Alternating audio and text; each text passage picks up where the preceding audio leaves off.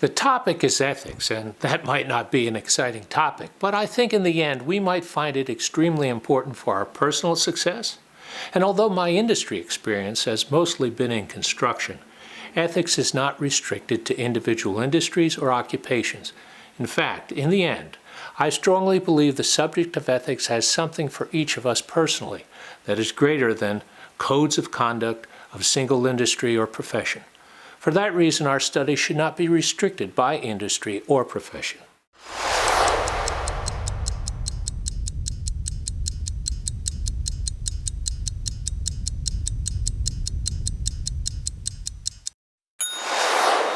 So, after this introduction, the program itself will be divided into 6 parts. In Part 1, we will take a brief historical look at how we got to where we are today. Along the way, I hope we might discover that each of us is just as smart as everyone else who has written about ethics. And more importantly, you are the true expert on the one person that really matters, and that is yourself. In Part 2, we will examine what is really in it for us as we discuss the balance between risk and reward in relation to morals, laws, and ethics. In Part 3, we will take what might be a frightening step for some to recognize morals have not been consistent. By understanding this, we may open new opportunities for how we recognize the role of ethics in our lives if we can take another leap of faith to separate morals and ethics. In Part 4, we will take an even closer look at the 3 seemingly related subjects, morality, law, and ethics, concluding with what I think is an important distinction that does open greater potential for all of us. But before going further, I want to point out right now one distinction I intend to use between morality and ethics as we go forward. Although by the dictionary definition, morality and ethics may be very similar, and philosophers sometimes use the words interchangeably, for our purposes, a distinction will eventually lead to a stronger conclusion with greater personal potential.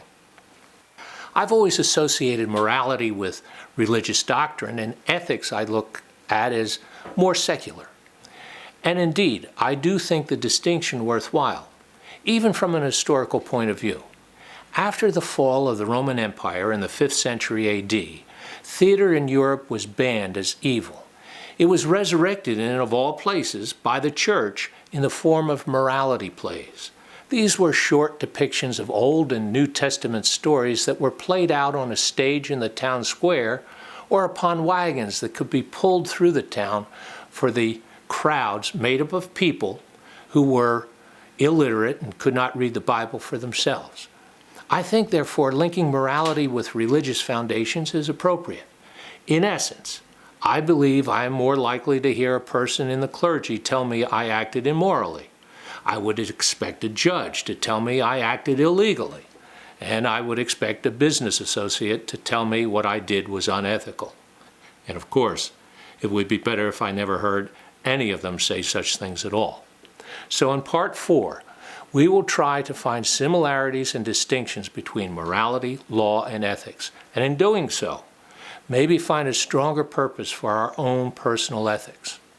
In Part 5, we will take another look at Aristotle's insights for improvement through personal ethics.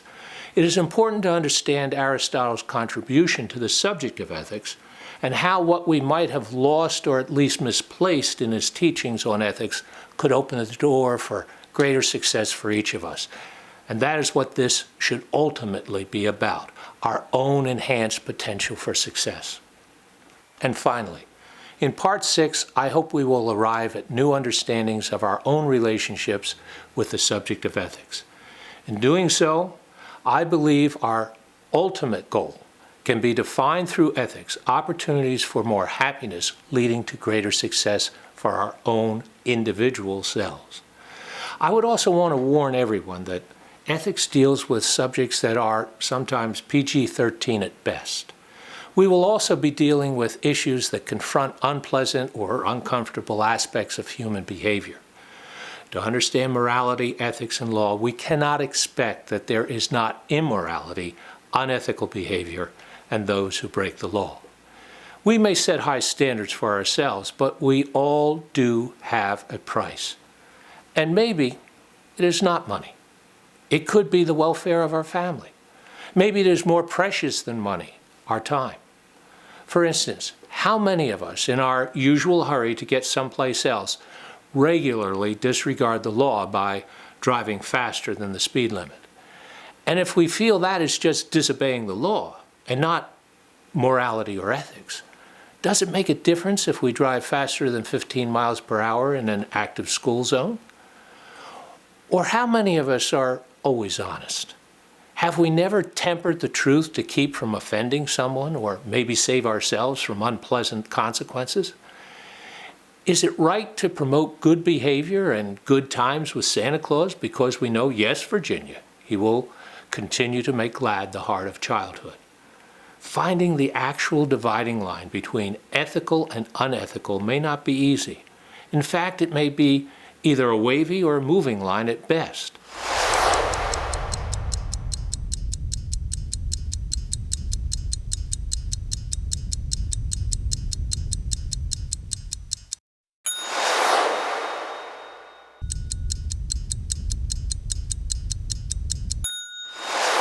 Going back several years, I first started researching the topic of ethics when producing a video for the Associated General Contractors of America.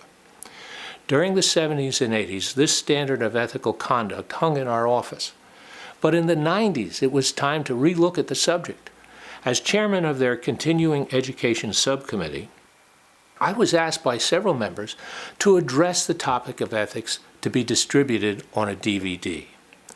A 1993 study across all industries had shown 2/3 of America's largest corporations were involved in unethical behavior.